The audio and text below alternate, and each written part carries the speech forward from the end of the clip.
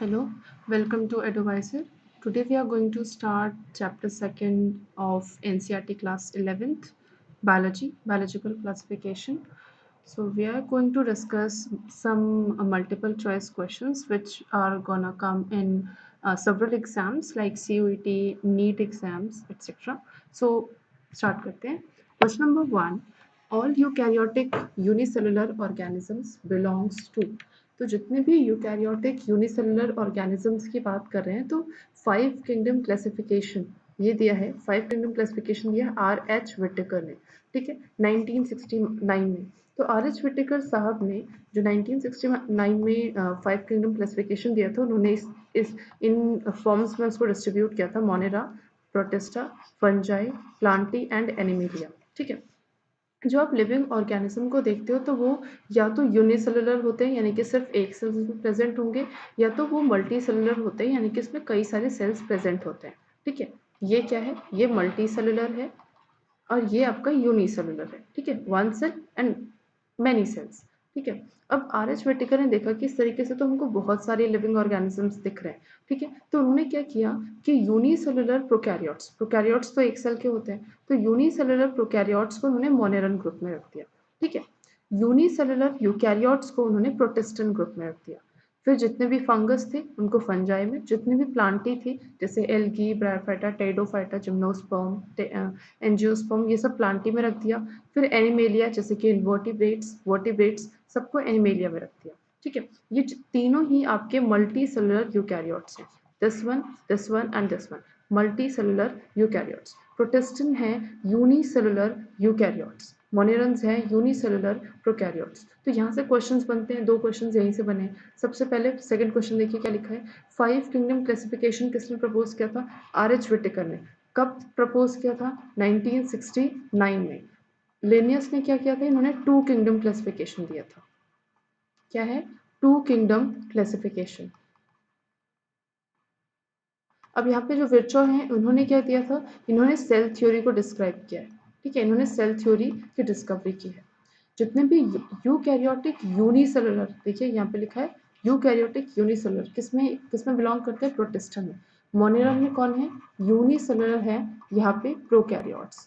ठीक है, फंजाई ये आपके मल्टी सेलुलर हैं लेकिन यूकैरियोट्स. बैक्टीरियंस ये आपके प्रोकैरियोट्स होते हैं. ठीक है, बैक्टीरिया आपके मोनेरन ग्रुप में ही आते हैं, इसी ग्रुप में. तो आंसर हो जाएगा आपका protista. 5 kingdom classification was proposed by R.H. Whittaker. Answer हो जाएगा ए. 1969 में R.H. विटेकर साहब ने दिया है. ठीक है, question number 3. Organisms living in salty areas are called as.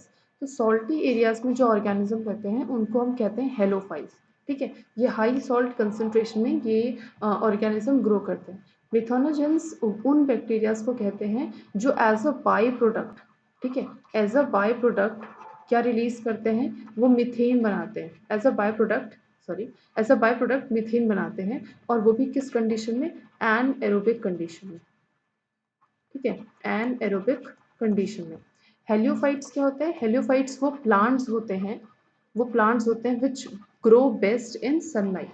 ठीक है, सनलाइट के प्रेजेंस में जो प्लांट्स ग्रो करते हैं उनको हम हेलियोफाइट्स कहते हैं. जैसे नॉर्मली आपको जितने प्लांट्स दिख रहे हैं. थर्मोएसिडोफाइल्स जो हैं ये आर्की बैक्टीरिया हैं. क्या है ये? Archie bacteria. और ये जो आर्की बैक्टीरिया होते हैं वो हाई टेम्परेचर में भी ग्रो कर सकते हैं और काफ़ी स्ट्रॉन्ग एसिड में ये ग्रो करते हैं आर्की बैक्टीरिया. ठीक है, तो यहाँ पर लेकिन ये दोनों ही आपके प्लांट्स जो सनलाइट में ग्रो कर रहे हैं, हेलियोफाइट्स और थर्मोएसिडोफाइल्स, ये दोनों ही सॉल्टी कंडीशन में बिल्कुल भी ग्रो नहीं कर सकते. तो यहाँ पे आंसर हो जाएगा हेलोफाइल्स. ठीक है, क्वेश्चन नंबर 4. Naked cytoplasm. अब इस वर्ड को देख के आपको समझ में आ रहा है. नॉर्मली हम साइटोप्लाज्म देखिए कैसे होता है. एक सेल है, इस सेल के अंदर हमें साइटोप्लाज्म दिखता है. ठीक है, इस सेल के अंदर हमें न्यूक्लियस दिखता है. न्यूक्लियस के अंदर होता है न्यूक्लियोप्लाज्म, और इस सेल के अंदर होता है साइटोप्लाज्म, और इन दोनों प्लाज्म को हम साथ में कहते हैं प्रोटोप्लाज्म. तो लिविंग ऑर्गेनिज्म का जो सबसे मेन कंटेंट होता है दैट इज प्रोटोप्लाज्म. ठीक है, और इसके बाहर अगर ये प्लांट की हम बात करें, अगर ये प्लांट है तो इसके बाहर आपको सेल वॉल दिख रही होती है. ठीक है, तो नॉर्मली यहाँ पे लिखा है नेकेड साइटोप्लाज्म. इसका मतलब है कि इसके साइटोप्लाज्म के बाहर सेल वॉल नहीं प्रेजेंट है. तो अगर सेल वॉल नहीं प्रेजेंट है तो क्या प्रेजेंट होगा, क्योंकि वो तो फैल जाएगा ना साइटोप्लाज्म पे। तो अगर सेल वॉल नहीं प्रेजेंट है तो बाहर स्लाइम प्रेजेंट होगा या फिर किसी तरीके का म्यूकस मेम्ब्रेन प्रेजेंट होगा। ठीक है, तो ये जो चीज़, ये जो कैरेक्टरिस्टिक है नेकेड साइटोप्लाज्म या मल्टी न्यूक्लिएटेड या सैप्रोफाइटिक, ये सब कैरेक्टर्स है स्लाइम मोल्ड्स के। ठीक है, स्लाइमी उसका जो बाहर का मेम्ब्रेन है वो है, अंदर आपको बहुत सारे न्यूक्लियस दिखेंगे। सैप्रोफाइट यानी dead and decaying organic matter पे जो ग्रो करते हैं उनको बोलते हैं। ठीक है, तो क्वेश्चन नंबर 4 का आंसर हो जाएगा slime moulds. Question number 5, an association between roots of higher plants and fungi. देखिए, जब हायर प्लांट्स के जो रूट्स हैं अगर वो किसी से एसोसिएशन के साथ रह रहे, किसी के साथ रह रहे हैं, इसका मतलब इसका भी अपना कुछ एक फायदा है। और अगर माइक्रोराइज, अगर फंगस इसके पास आ रहे हैं तो इसका मतलब है फंगस को भी कोई फायदा हो रहा है। ठीक है, तो फंगस का फायदा क्या है, इसको खाने के लिए जो है खाना मिल जा रहा है इसको, और साथ साथ इसको जो है शेल्टर मिल जा रहा है, रहने की जगह मिल जा रही है इस फंगल को। ठीक है, फंगल हाइफी को। प्लांट्स को क्या मिल रहा है, प्लांट्स को ये जो फंगस है, देखिए फंगस हाइफी काफ़ी नीचे तक सॉइल में काफ़ी नीचे तक अपने हाइफी को फैला देते हैं। उससे क्या होगा, जितनी भी डिसॉल्व मिनरल्स हैं वो सारे डिसॉल्व मिनरल्स ये हाइफी के अंदर एंटर कर जाते हैं, और फिर इन हाइफी से इन प्लांट्स को दे दिया जाता है। वो मिनरल्स, डिसॉल्व मिनरल्स हो गए या वाटर हो गए, ये फिर इन प्लांट्स को मिल जाता है। ठीक है, तो इस तरीके से प्लांट को भी फायदा हो गया और फंजाई को भी फायदा हो गया। तो इस टाइप के एसोसिएशन को आप कहते हैं, देखिए कई सारे टाइप के होते हैं। म्यूचुअलिज्म, म्यूचुअलिज्म होता है। ठीक है, अब इस तरीके से अगर मैं यहाँ पे एक क्वेश्चन और बनता है, मैं एक आपको टेबल बना रही हूँ। यहाँ पे लिखा है प्लस, ठीक है, plus plus, plus minus, minus plus और माइनस माइनस। प्लस प्लस तब होता है जब दोनों को फायदा हो। देखिए यहाँ पे आपको हायर प्लांट्स और फंजाई दोनों को ही एक दूसरे से फायदा हो रहा है, यानी कि ये क्या कहलाएगा, ये कहलाएगा म्यूचुअलिज्म। म्यूचुअलिज्म, ठीक है। अब इसी में एक प्लस जीरो कर दो। ठीक है, एक एक जीरो कर दे, माइनस प्लस यहाँ लिखा हुआ है, प्लस जीरो, यानी कि एक को तो फायदा हो रहा है लेकिन दूसरे को कुछ पता भी नहीं चल रहा। ठीक है, दूसरे को कुछ फायदा नुकसान कुछ भी नहीं है, तो ये कहलाता है आपका कमेंसलिज्म। कमेंसलिज्म, ठीक है।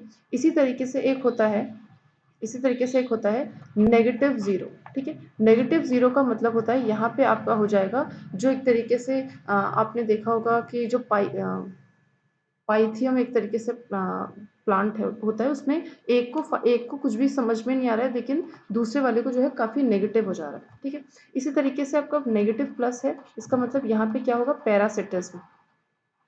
पैरासिटिज्म, और जब दोनों नेगेटिव यानी कि दोनों को ही नुकसान पहुंच रहा है, इसको हम कहते हैं कॉम्पिटिशन। क्या कह रहे हैं, कॉम्पिटिशन।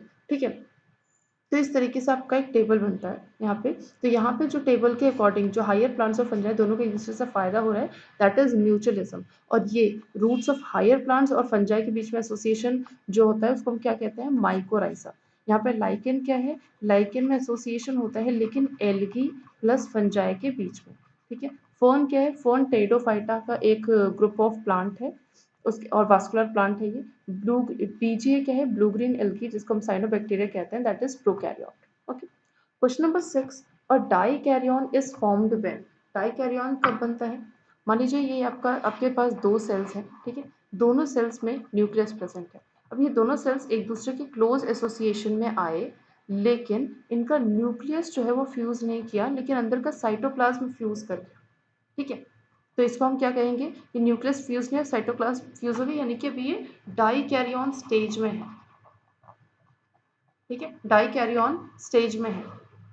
यहाँ पे सेल्स जो है पूरी तरीके से फ्यूज नहीं कर रहे, तुरंत सेल्स जो है फ्यूज नहीं कर रहे, ये न्यूक्लियस जो है वो प्रेजेंट है। ठीक है, और उसके बाद जो है यहाँ पे ये एक सेल होगा, इसमें न्यूक्लियस फ्यूज होकर एक न्यूक्लियस बनाएगा, और इस एक न्यूक्लियस में फिर हो जाएगी मियोसिस।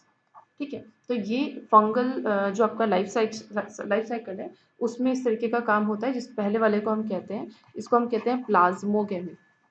प्लाज्मोगेमी, दूसरे वाले को हम कहते हैं कैरियोगेमी, और फिर होता है आपका मियोसिस। तो ये एक नॉर्मल फेज है। ठीक है, डाइकैरियन यहाँ भी बन रहा है। एक डाइकैरियन आपका इस तरीके से बनता है कि दो हैप्लॉइड सेल्स है, लेकिन ये दोनों न्यूक्लियस जो हैं वो तो फ्यूज कर जा रहे हैं। ठीक है, दोनों न्यूक्लियस फ्यूज कर जा रहे हैं लेकिन साइटोप्लाज्म फ्यूज ना करे, तो उस टाइम पे भी आप डाइकैरियन कहते हो। तो यहाँ पे आंसर हो जाएगा, the two haploid cells do not fuse immediately. Haploid cells जो हैं वो फ्यूज नहीं हो रहे, सिर्फ जो आपके न्यूक्लियस है वो एक दूसरे क्लोज में आ रहे हैं, लेकिन न्यूक्लियस का भी फ्यूजन यहाँ पे हुआ नहीं है। दो न्यूक्लियस आपको दिख रहे हैं इसीलिए डाइकैरियन कहा गया, तो आंसर हो जाएगा बी। Question number 7, कॉन्टैगियम विवियम fluidum. कॉन्टैगियम का मतलब होता है कॉन्टैगियस, ठीक है, कॉन्टैगियस यानी कि जो जिसका जो एक दूसरे से कॉन्टामिनेट में जो वायरस फैल जाता है, दैट इज कॉन्टैगियस। विवियम का मतलब होता है लिविंग और फ्लूइडम का मतलब होता है फ्लूइड। कॉन्टैगियस लिविंग फ्लूइड, ये किसने प्रपोज किया था? ये किया था M.W. बीजरनेट ने, और क्या डिस्क्राइब करने के लिए? वायरस को डिस्क्राइब करने के लिए, ठीक है। इवानोव्स्की जो है ये फाउंडर ऑफ वायरोलॉजी है, फाउंडर ऑफ वायरोलॉजी है। स्टेनले मिलर, ठीक है, इनका पूरा नाम है स्टेनले मिलर। स्टेनले मिलर ने एक्सपेरिमेंट किया था किस पे? ओरिजिन ऑफ लाइफ पे, ओरिजिन ऑफ लाइफ पे। रॉबर्ट हुक जो है उन्होंने पहला सेल जो हमारा डिस्कवर हुआ था वो इन्होंने ही बताया था, और इन्होंने देखा किसमें था? अपने प्रिमिटिव माइक्रोस्कोप में। किसमें? अपने प्रिमिटिव माइक्रोस्कोप में। ओके, तो आंसर हो जाएगा M.W. बेजर निक में, जो यहाँ पे आपको साइंटिस्ट दिख रहे हैं। Question number 8, association between mycobiont and phycobiont are found in. अब माइकोबायोन्ट और फाइकोबायोन्ट का सिंपल सा मतलब है कि माइकोबायोन्ट होते हैं फंगल पार्टनर, ठीक है, सॉरी, माइकोबायोन्ट है फंगल पार्टनर, फंगल पार्टनर यहाँ पे आपको दिख रहा है फंगल हाइफी, ये फंगल पार्टनर है। फाइकोबायोन्ट क्या है? फाइकोलॉजी यानी कि स्टडी ऑफ एल्गी, ठीक है, तो ये फाइकोबायोन्ट क्या है? एल्गोलॉजी, सॉरी, एल्गल पार्टनर, ठीक है, ये है एल्गल पार्टनर, ठीक है, ये आपको एल्गल लेयर दिख रहा है। तो जब फंगस और एल्गा दोनों का जब एसोसिएशन होता है तो उसको हम कहते हैं लाइकेन, ठीक है। अगेन यहाँ पे माइकोराइज आपको पता है association between higher plants and fungi, ठीक है, रूट तो आपको पता ही है, नीचे का स्ट्रक्चर। देन बीजी आपका है साइनोबैक्टीरिया, ब्लू ग्रीन अलगी जो जिसमें नाइट्रोजन फिक्सेशन भी होता है। तो आंसर यहाँ पे हो जाएगा 8 का C, lichen. Next question, difference between virus and viroids. Virus and viroids का सिंपल सा मतलब है, वायरस वो होता है, मान लीजिए अगर मैं वायरस की बात करूं तो यहाँ पे इस तरीके का वायरस है जिसपे ऊपर की तरफ प्रोटीन की कोटिंग होती है, ठीक है, ये प्रोटीन की कोटिंग है, और अंदर की तरफ आपका ये डीएनए भी हो सकता है, जेनेटिक मटेरियल होता है सिंपल, डीएनए हो सकता है, आरएनए हो सकता है। सिंगल स्टैंडर्ड डीएनए भी हो सकता है, डबल स्टैंडर्ड डीएनए भी हो सकता है, उसी तरीके से सिंगल स्टैंडर्ड आरएनए भी हो सकता है और डबल स्टैंडर्ड आरएनए भी हो सकता है, ठीक है। तो ये आपका स्ट्रक्चर वायरस का है। विरोइड्स में जो बाहर की तरफ प्रोटीन कोड प्रेजेंट होता है ना, यही नहीं प्रेजेंट होता, ठीक है, इसमें सिर्फ ये जेनेटिक मटेरियल ही प्रेजेंट होता है, उसके अलावा नहीं प्रेजेंट होता, ठीक है। अब इसीलिए देखो यहाँ पे एक आंसर है, एक एग्जाम्पल है हेपेटाइटिस बी। आपको पता है कि हेपेटाइटिस बी जो है इट इज़ अ विरोइड, लेकिन ये जो है हेपेटाइटिस बी वायरस के कैप्सिड में होता है, ठीक है, हेपेटाइटिस बी वायरस के, हेपेटाइटिस बी वायरस के कैप्सिड में होता है, ठीक है, कैप्सिड यानी कि इसका जो प्रोटीनेशियस पार्ट है उसमें प्रेजेंट होता है, ठीक है। तो इस तरीके से फैलाता है एक इंडिविजुअल से दूसरे इंडिविजुअल। तो यहाँ पे आंसर हो जाएगा absence of protein coat in viroid but present in virus, ठीक है। क्वेश्चन नंबर 10 अभी थोड़ी देर पहले समझा रही थी, with respect to fungal sexual cycle choose the correct sequence of events. तो करेक्ट सीक्वेंस यहाँ पे आपको दिख रहा है plasmogamy and then karyogamy and then meiosis. तो प्लाज्मोगेमी का मतलब होता है फ्यूजन ऑफ प्रोटोप्लाज्म, उसके बाद कैरियोगेमी है fusion of nucleus, meiosis then आपका उसका जो सेट होता है, नंबर होता है वो डिप्लॉइड से हैप्लॉइड, इस तरीके से मियोसिस होता है, रिडक्शनल डिविजन, ठीक है। तो आंसर हो जाएगा सी, फंगल सेक्सुअल साइकिल में ये सीक्वेंस है। Question number 11, viruses are non cellular organism, ठीक है, उसमें सेल्स नहीं प्रेजेंट होते ना, लेकिन वो जैसे ही होस्ट सेल में जाता है रेप्लिकेट कर जाता है। तो पहली बात ये कैरेक्टरिस्टिक है, it is a connecting link between living and non-living organism, ठीक है, लिविंग और नॉन लिविंग ऑर्गेनिज्म के बीच का कनेक्टिंग लिंक है ये, ठीक है। लेकिन जो आपका वायरसेस है वो किसी भी ग्रुप में नहीं डाला गया, ठीक है, क्योंकि इसका इसका कोई स्पेशल कैरेक्टर है ही नहीं। तो वॉट जब विटेकर साहब ने बनाया था तो उन्होंने इस तरीके से बनाया, मोनेरंस, प्रोटेस्टन एंड देन आपका फंगल, फिर आपका प्लांटेन, एनिमेलिया, लेकिन किसी में भी उन्होंने वायरस को नहीं रखा। तो ये भी उनका नेगेटिव पॉइंट है उनके क्लासिफिकेशन का, ठीक है, लिमिटेशन है उनके क्लासिफिकेशन का कि उन्होंने वायरस को कोई जगह ही नहीं दी, ठीक है। तो यहाँ पे पूछा है कि ये कौन से किंगडम में है, मोनोड्रम, प्रोटेस्टम, फंजाइम या नन ऑफ द अबव। तो आंसर हो जाएगा none of the above. Question number 12, members of phycomycetes are found in. देखिए फाइकोमैसिटीज जो है वो लोअर फंजाई है, ठीक है। इसमें बोला है कि फाइकोमैसिटीज आर फाउंड इन किस में, एक्वेटिक हैबिटेट्स में होता है क्या, या डेड या डिकेइंग वुड पे होता है, या मॉइस्ट एंड डैम्प प्लेसेस पे होता है, या ऑब्लिगेट पैरासाइट्स ऑन प्लांट्स, किस फॉर्म में है। तो ऑब्लिगेट पैरासाइट्स में होते हैं मतलब फाइकोमैसिटीज, लेकिन कुछ होते हैं, few, सब नहीं होते, ठीक है, सब पैरासाइट के फॉर्म में नहीं है। अब ऑब्लिगेट पैरासाइट जैसे कि आपको कुछ एग्जांपल बताओ, जैसे फाइटोप्थोरा इन्फेस्टेंस, ठीक है, फाइटोप्थोरा इन्फेस्टेंस। दूसरा एग्जांपल है पेरोनोस्पोरा विटिकुला। तो फाइटोप्थोरा इन्फेस्टेंस क्या कॉज करते हैं, it causes late blight of potato, ठीक है। सेकेंड एग्जाम्पल है Peronospora viticola, it causes downy mildew of grapes, ठीक है। तो मॉइस्ट एंड डैम्प प्लेसेस पे रहते हैं, डेड एंड डिकेइंग वुड पे रहते हैं, एक्वेटिक हैबिटेट्स में भी इनको रहना होता है, क्योंकि वहाँ भी इनके जू स्पोर्स का जू स्पोर्स जो है वो फ्लोट होते हैं, ठीक है। लेकिन इनके जो मेंबर्स होते हैं किस में पाए जाते हैं, तो ये लगभग यहाँ पे जो आंसर हो जाएगा वो होगा कि ऑल ऑफ द अबव, सब में ही इसका आंसर हो जाएगा, ठीक है। कुछ एग्जांपल्स है फाइकोमैसिटीज की, जैसे सेप्रोलेगनिया, राइजोपस, म्यूकर, एल्ब्यूगोपाइथियम। म्यूकर एल्ब्यूगो ये सब जो है आपने आपने देखा होगा ब्रेड के ऊपर फंगस लग जाती है, दैट इज आपका फाइकोमैसिटीज वाले ग्रुप से, ठीक है। आपको पता है कि जितने भी आपके फंगस हैं वो सब के सब मल्टी सेलुलर हैं, ठीक है, सब मल्टी सेलुलर है, लेकिन यहाँ पे एक एक्सेप्शन है, ईस्ट, जो कि एस्कोमाइसिटीज में होता है, सैक फंजाई है, ये जो ईस्ट है ये यूनिसेलुलर होता है।